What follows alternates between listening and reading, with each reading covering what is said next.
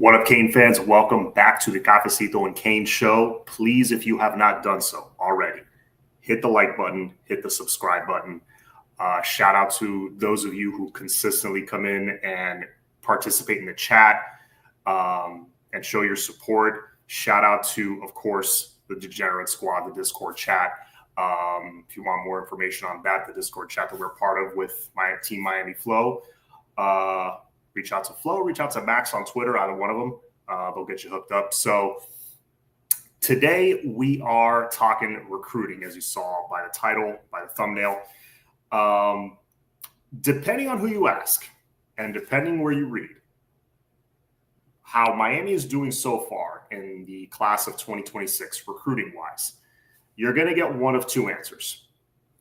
You're going to get, the patient approach that, let's wait till signing day. Let's see what happens. We're ranked number 6 right now. We're good. Then you get the other one, the other point of view that the world's ending, the sky is falling.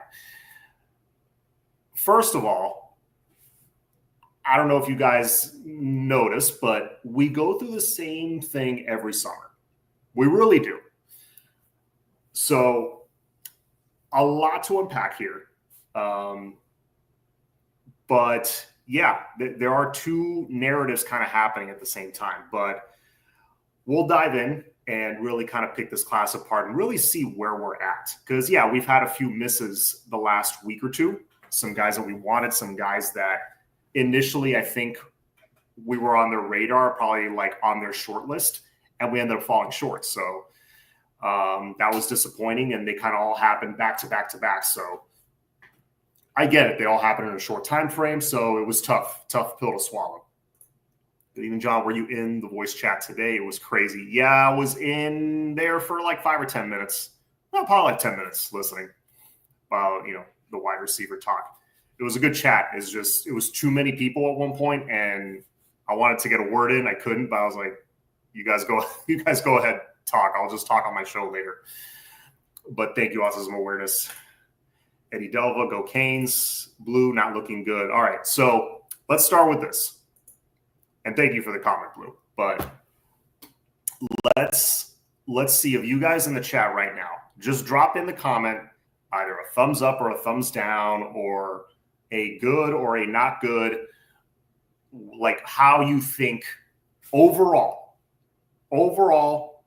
how the class is going so far. Are we doing good? We're on track, or hey, something's wrong. Give me your opinion. How Flo couldn't speak. Yeah, it was a good argument, a good debate going on in the Discord chat today. That was actually fun, just kind of hanging out listening to it. Okay, Cody Kane gives a thumbs up. Don't have to like it. Get some closers if you can't get the XO guys. Okay. Thumbs up, 2 thumbs up. So 2 thumbs up and 1 not looking good from Blue. So it's the heaven. Oh, a big boy recruiting. Yep. Damn, I missed the voice chat. Yeah. We moved it up, or Flo moved it up a little bit today. But yeah, it was a good one. We're on track to remain at 8-9 win team, not a perennial playoff contender. Okay.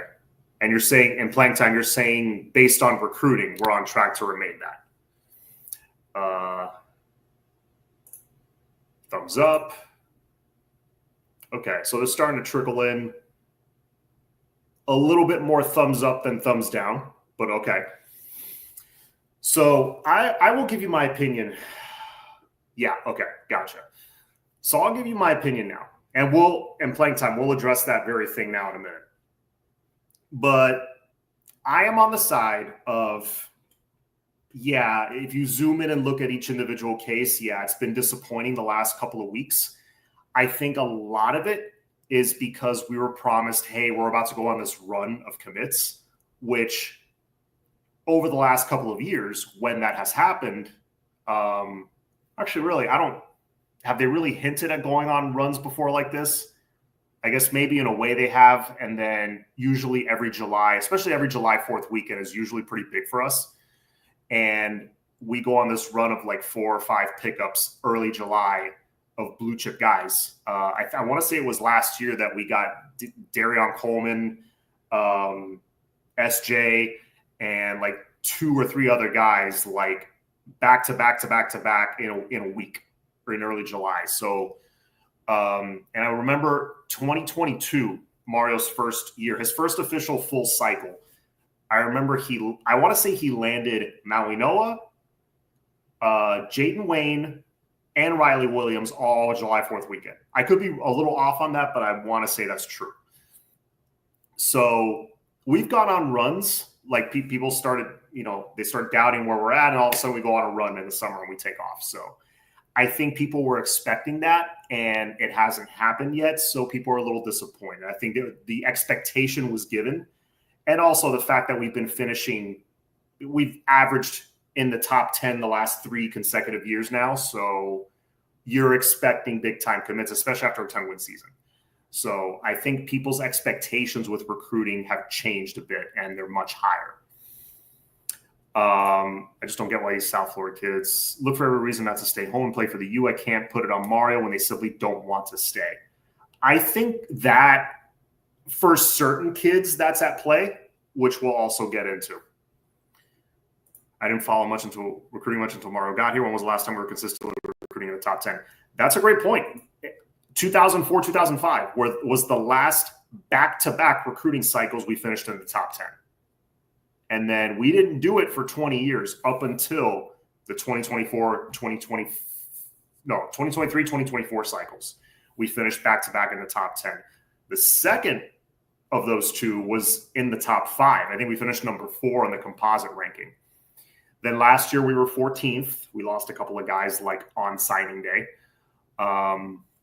Recruiting has kind of changed a bit the last year or so. So we kind of got to go with it and adapt with the times. So we fell victim to that at right before we got to the finish line last year. But I think they'll learn from it and they'll bounce back. And I'll be very surprised if we don't finish in the top 10. But I am in the camp that I went off on a tangent. Sorry. I'm in the camp that we're number 6 right now. We're on track. We're looking good. Yeah, you missed on a few guys, but remember, it's July. The board changes. They do reshuffling at different points in the offseason because you don't want to keep focusing on the same dude and put all your eggs in one basket and then you don't get them. And then there was like 3 other dudes that were good plan Bs that you could have gotten and you don't get them. So they reshuffle their priorities as they go. They have teams of people looking at this every day. So don't worry. They're more on top of it than you and I are. Trust me. I think I wouldn't give them an A+, but I think they're doing a solid job so far this cycle. Okay. I am not on the side of, Mario's cooked. He forgot how to recruit. We don't have any money. We're broke. No, none of that is true. Okay. Are the times changing? Are things kind of evolving with recruiting, which with each passing month, it seems like, yeah, but I think we're doing a pretty good job evolving with it, I would say. Now, playing time, to go back to your comment. Remember, we've been recruiting in the top 10. So what should that tell you? Like just simple logic, what should that tell you? If you're recruiting on average in the top 10 every year, where should your team finish at the end of every season? Like on the field. They should be in the top 10 every year, right? If you're recruiting in the top 10 every year, you should finish in the top 10 on the field every year. You should be probably in the playoffs every year. All right. So if we're recruiting at this level, right now we're the composite number 6 recruiting class right now in the country. Okay. Let me just go through it really quick. We have the number 1 overall player. So number 1 overall player on the offensive line. You got the number 6 tight end, the number 12 wide receiver, and then I'll rip through these kind of fast. You got the number 7 linebacker. Then you got top 15 tight end, top 15 corner, top 20 corner, top 22, number 22 tackle. Sorry, got an ad that's covering what I'm looking at. Wide receiver. Hang on, sorry about this. Let me refresh. Wow, this big fat ad just appeared for Universal Studios in the right across my screen. I can't get rid of it. Okay. But anyway, you get what I'm saying. Like, you got a lot of top 15s, top 25s at each position. And most teams can't say that. All right. And I know we're trying to compete with the big boys. I get it. But the point I'm trying to make here is right now we're trying to win the ACC, right? Would you agree? Do you think we need to recruit a top 3 class every year to be able to win the ACC? I'm being honest. Or do you think what we've been getting is enough? You just have to develop those guys. Because I'll be honest, I think with what we've been getting, hell, there were stretches of time with Al Golden, with Randy Shannon, that what we were recruiting at the time should have been enough to win the ACC at the time, especially during Randy Shannon's time, because Clemson wasn't Clemson yet. FSU was on our level pretty much, or pretty much going back and forth there. They didn't really get good until Jimbo got there. That was some years later. And then that was brief. You had your teams like, Butch Davis was at North Carolina. You had, VTech was kind of there. Paul Johnson with those better Georgia Tech teams like in the late 2000s. None of those teams were like juggernauts, like not even close. So I thought we've always recruited well enough to at least win the Coastal Division like almost every year.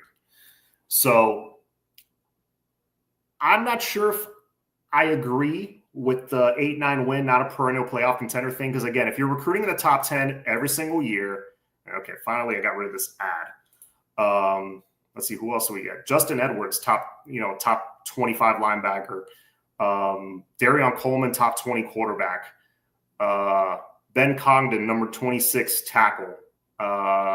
Anthony Kennedy, 4-star D tackle. Like, there's a lot of quality in this class that I think people are just, they're in the class, so you just kind of put them on the back burner in your mind. You forget about them.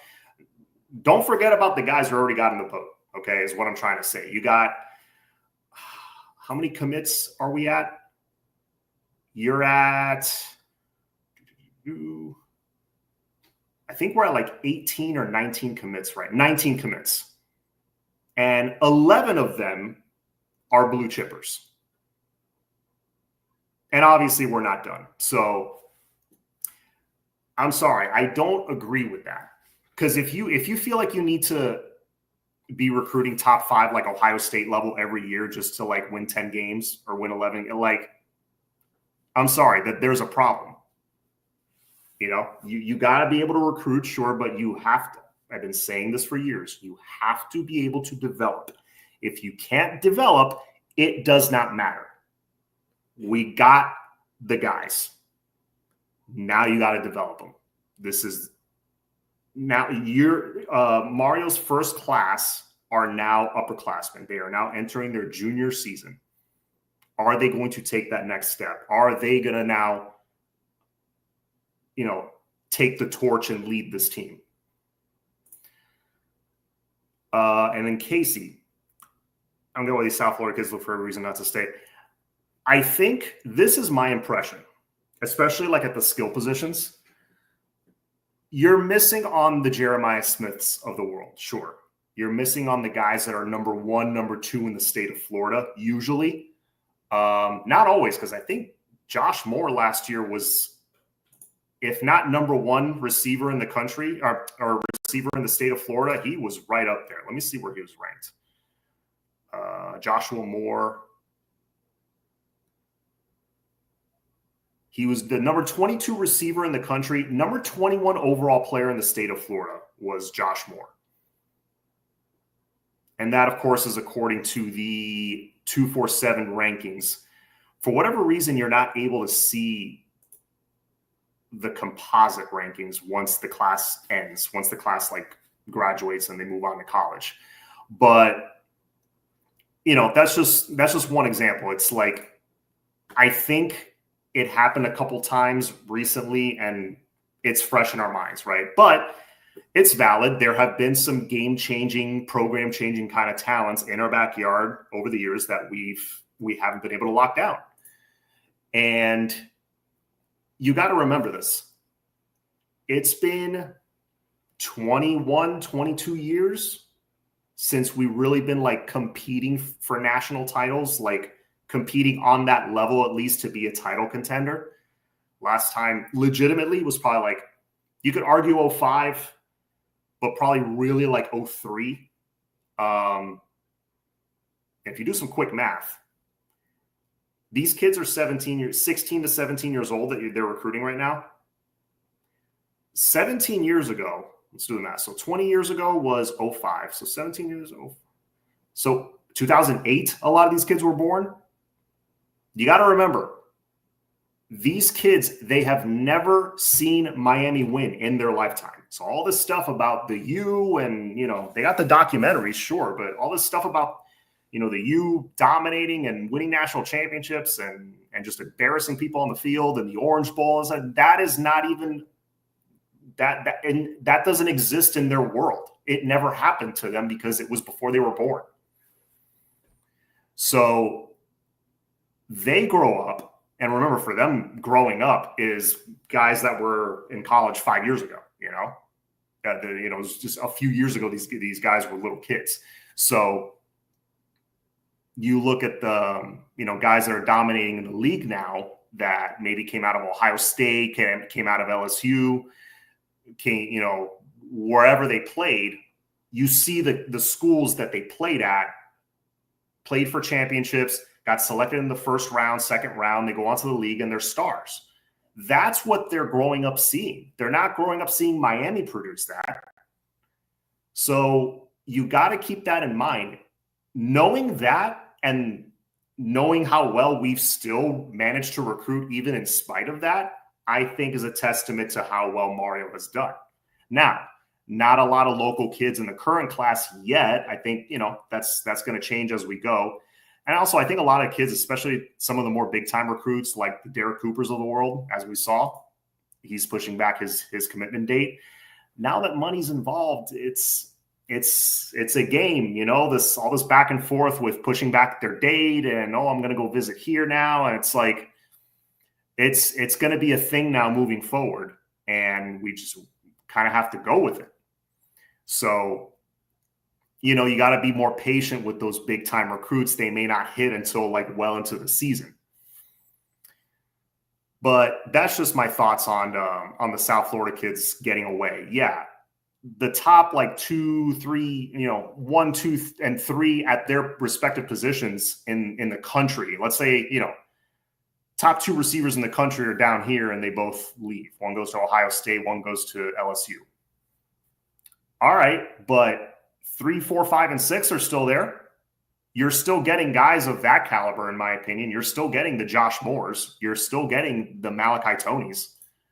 You're still getting the JoJos. You're still getting really, really good players that can develop into elite college receivers and possible first round, but at least second day picks. At least top 3 rounds where they go on to become productive NFL receivers, you're at least getting those guys. Okay?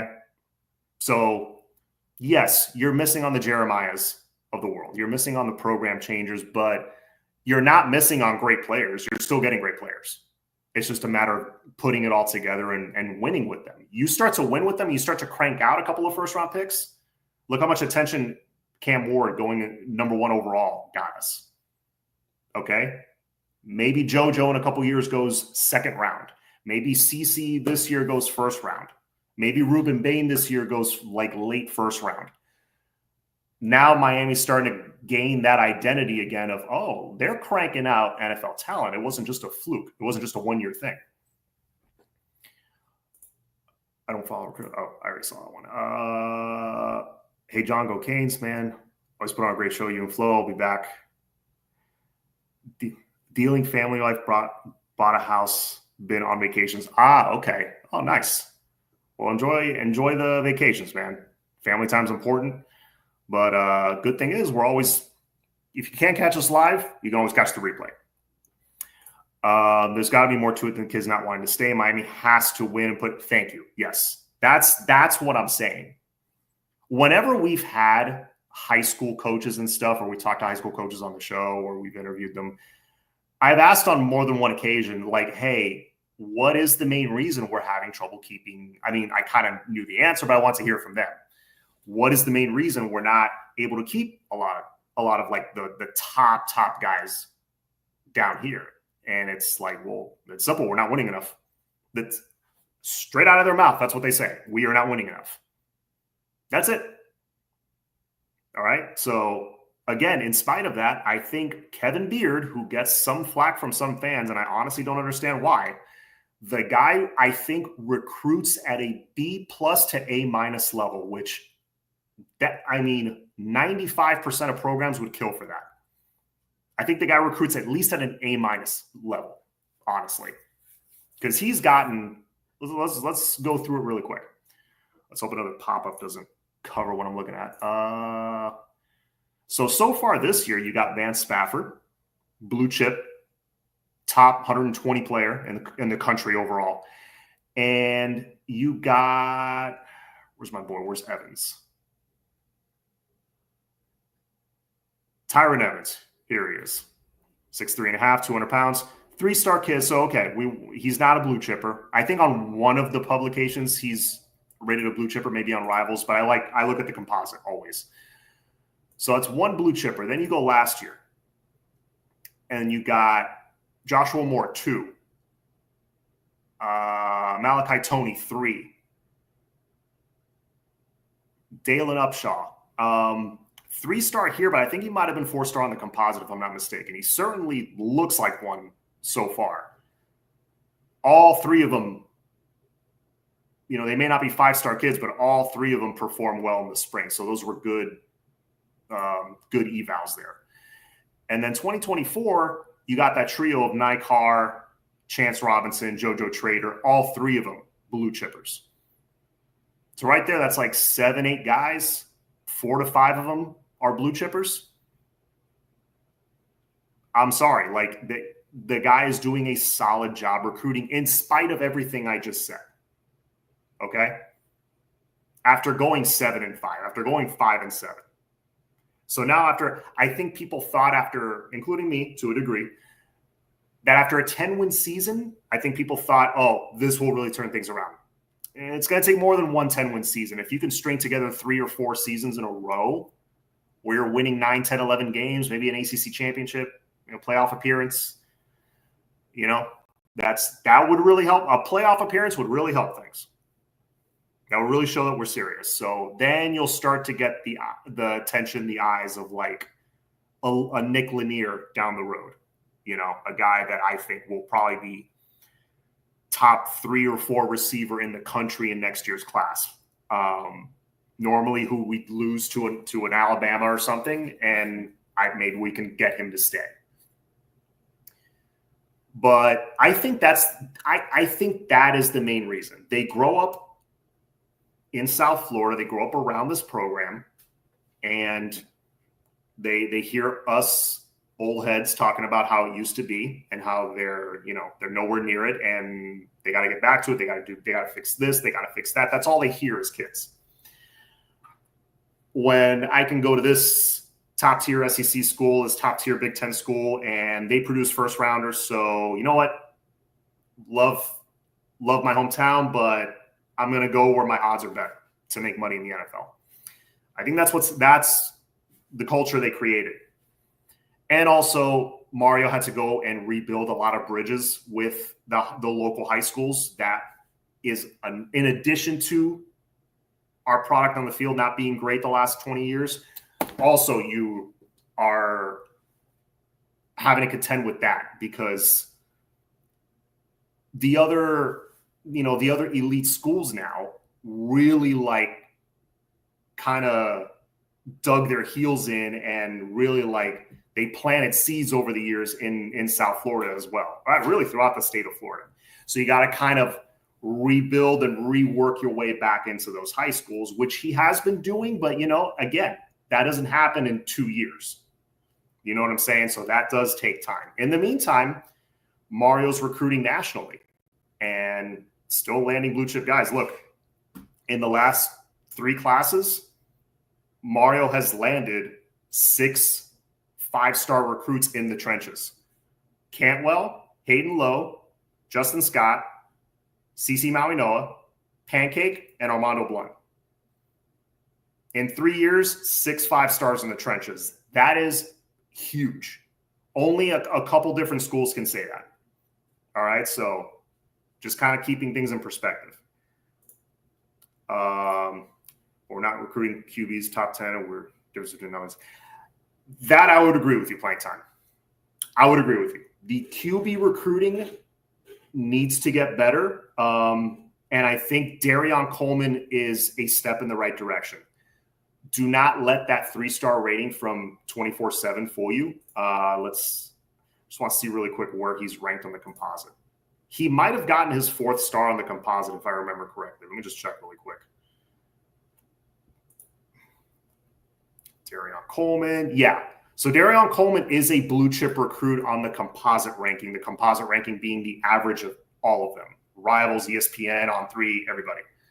So I think Coleman is an example of what we should be getting. And finally, we got one in him this year. His only issue is that he's kind of small. But, have you seen his arm talent? Dude, that Darion Coleman's next level. I think we got us one there. But we need to continue that trend.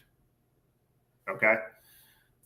But, no, that's a good point, Playing Time. The quarterback recruiting lacked for many, many, many years. Many years. You are correct. And obviously, it's the most important position in sports. Let's see. Slap in the face by Russell. Not even mention UM. Mom went there. Yeah, I honestly don't think Russell – it seems to me like Russell either was never that interested or maybe he was at one point, but we were kind of playing from behind the whole time.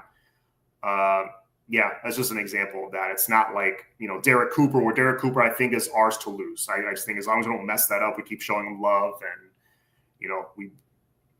the NIL bag is sufficient. I think we're fine with Derek Cooper. Even though he moved his date around, I just think if Miami, how do I say this politically correct, if they make him a priority, that's a good way to say it. If they make him a priority, we'll be fine. Congrats on 3.1. I appreciate it, sir. Thank you. By the way, hit the like button. The like button and the subscribe button if you haven't already to help us grow the channel. Miami has to win games. Yep. And just the ones they out-roster the position. A game to highlight was last Texas A&M game. Texas A&M was a big bad SEC team, and TVD and company boat raced them. Got to stack those games. Amen, brother. Amen. Yes. 100% agree. You got to have more of those games where the nation is watching. And if I recall, that was the second highest rated game on television that day. I think there was just one other game that was rated higher. I think it was the night game. But we played at 3:30. I think we were the second or third most viewed game that day. So when you have a lot of eyeballs on the TV nationally watching you kick some SEC team's ass that was supposed to come into our house and kick our ass, yes, you need more of those games.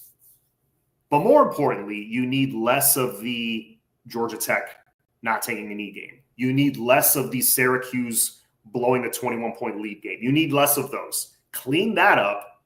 To me, that's more important, actually. You just clean that up. 2023 would have been 8-4. Last year would have been 11-1 with a playoff appearance. So it's like, stop losing that one game that you're like, oh my God, how did we manage to lose this game? Clean that up, and that will be a massive step in the right direction. Seems like every Miami team becomes allergic to away games in November. That's every year. Let's see. What top 5 team you ever saw that didn't have a bunch of 5-star blue chip players in the last 15 years? Michigan. Michigan's a good example. I know it's kind of a one-year thing, but TCU went to the national championship. I'm sure if I look back and did, you know what, for the next show, Winston, I might do some homework on this and see in the last 15 years. I know in the last like 5 or 6, it's been like dominated by Georgia, who they get a ton of 5 stars. Look, I'm not saying that's not important. Obviously, getting as many blue chip guys is important. Getting as many as possible is important. But we've seen the results of getting great players and just not developing them at all. I'm just saying, if you're finishing in the top 10 recruiting-wise, which we already are, then you should be finishing top 10 on the field. Conventional wisdom would tell you that. But yeah, to be in the upper echelons, Winston, yeah, I agree. You do need having more 5 stars on your roster will definitely help you, 100%. Thanks. I would say it's very disappointing with Randy Shannon, especially his pedigree at Miami, being coach and player. I really thought he would bring us back like Butch Davis did. Yeah, Randy Shannon, remember, the coaches before Mario, and I think this really, we didn't really realize this until Mario got here. The funding, the financial backing just was not there, like at all. So they had to contend with that, and that's a big-time thing to contend with if you're trying to play with the big boys. Randy Shannon, great recruiter. I heard whether or not this is true, I heard back in the day some bridges were burnt locally, and they kind of stayed burnt for a while with some high schools. That might have been with him or during the the Al Golden days, or maybe even late Larry Coker. It was around that era, like late 2000s, early 2010s. Also, the Devin Shapiro thing happened. And add to that, we're not winning the games we should be winning. And I just feel like the culture was just bad during those years. So, like, you had this perfect storm of just like, of gaga, and it was all working against us. These kids only seen 2 10-win seasons from the Kings. Yep. Extend Mo with the obligatory extend Mario comment every show. Thank you for that. Jumping on the wave compared to creating one. Can't blame them. Got to win the trail before winning. Got to win on the trail before winning on Saturdays. I think you got to do both. You got to kind of do both at the same time. We're ranked 6th. I think we're doing just fine at the moment. Mo, thank you very much for the dono. We also have many fair weather fans in Miami. That is true. We should be top 5 every season in Florida, period. You're talking, well, I mean, on the field, yes, but you're talking recruiting. I mean, again, if you win, yes, we will be. And we're finished number 7 in 2023, finished number 4 in 2024, 2024. You're right there. You're knocking on the door of being top 5 every year.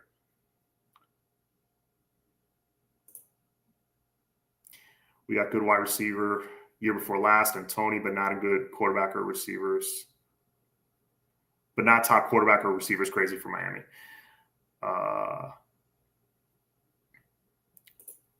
Let's see, SMU. Yes, thank you, Faith Family Football.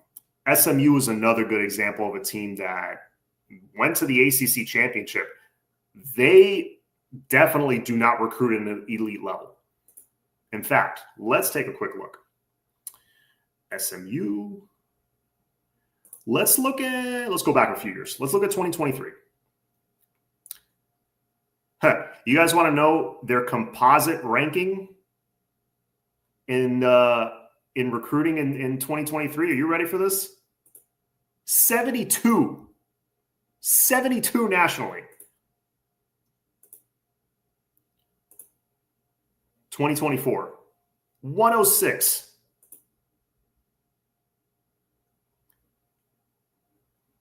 2025. 31. Okay, now they're starting to recruit a little bit. And then so far this year, they're ranked, oh, look at them, 15th. So they're going up. But see, why are they going up in recruiting the last couple of years? Because they started winning. You see? They got all our players. Yeah, they did. They got a bunch of cast-offs that, you know, they found a role for a couple of them. Elijah Roberts did really well there. Brashard Smith did really well there. I have no doubt they'll find a role for Chris Johnson. He'll be good at something over there. Bill Snyder never had top recruiting classes, and K-State was always competitive. Yeah, look, you can go and look at examples of teams that, and again, before I was talking about winning the ACC. I'm not talking about competing with the big boys. Yes, to beat the Georgias and the Ohio States of the world and Alabama, to beat them consistently, you got to do what we've done a few times recently. Steal the recruits they're going after. Try to finish ahead of them in recruiting, which, you know, we're catching up. We're closing the gap. But to beat those guys and win national championships, yes, you do need to recruit at that level.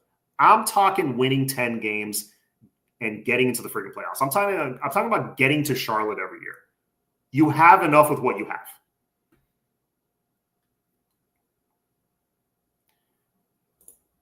You know, all our players. Arizona State had a fantastic year last year, going wire to wire with Texas in the college football playoffs. Yeah, Arizona State's another one. Great quarterback play. That also helped them.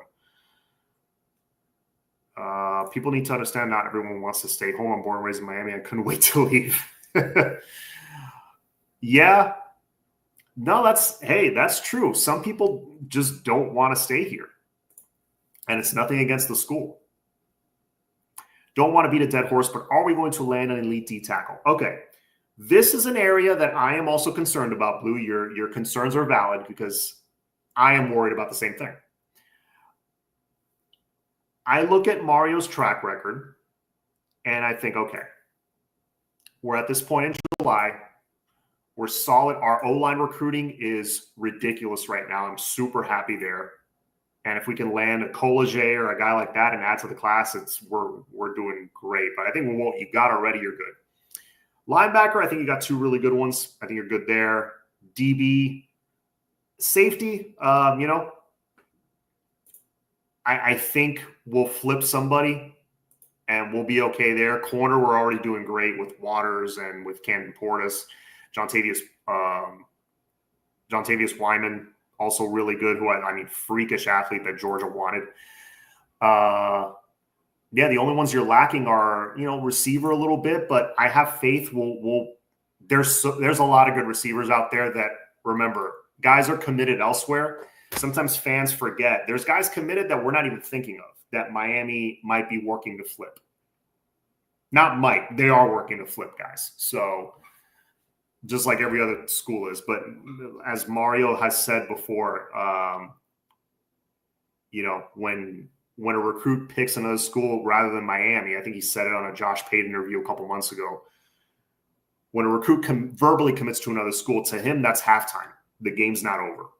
He will keep chipping away. So there's going to be some guys that if you're really close, you're like number 2, chip away, you know, and maybe you flip a guy. And I look at his track record. Mark Fletcher was a late flip. Jordan Lyle was a late flip. Justin Scott was a late flip. Armando Blunt was a late flip. Some of the most key guys we've gotten the last 3 years have been flips late in the cycle. After our season on the field was a little disappointing. So I like Mario's track record in flipping guys late. Could you flip a James Johnson later? Maybe. I'm not telling you who they're going to flip. I'm just saying I feel pretty good that they'll flip 1 or 2 big fish late because that's what he has done the last few years. But that being said, Are we going to land an elite D tackle? I would hope so. I just don't.